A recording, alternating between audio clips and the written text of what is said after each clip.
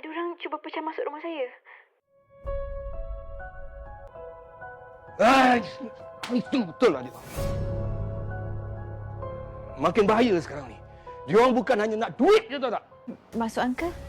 Yalah, sampai dia orang dah boleh pecah masuk dalam rumah macam ni. Maknanya apa?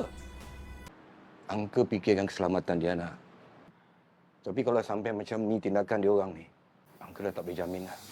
Dia orang anytime tau boleh bertindak ganas pada Diana. Anytime. Takkan you tak ada apa-apa solution? Solution apa? Dah report polis. Polis tak boleh buat apa? Datuk Ismail bagi tahu tim dia dah 2 kali salah tangkap orang. Habis tu macam mana?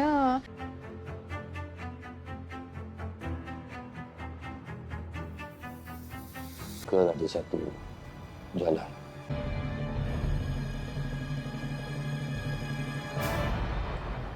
Diana kena kahwin dengan Angka.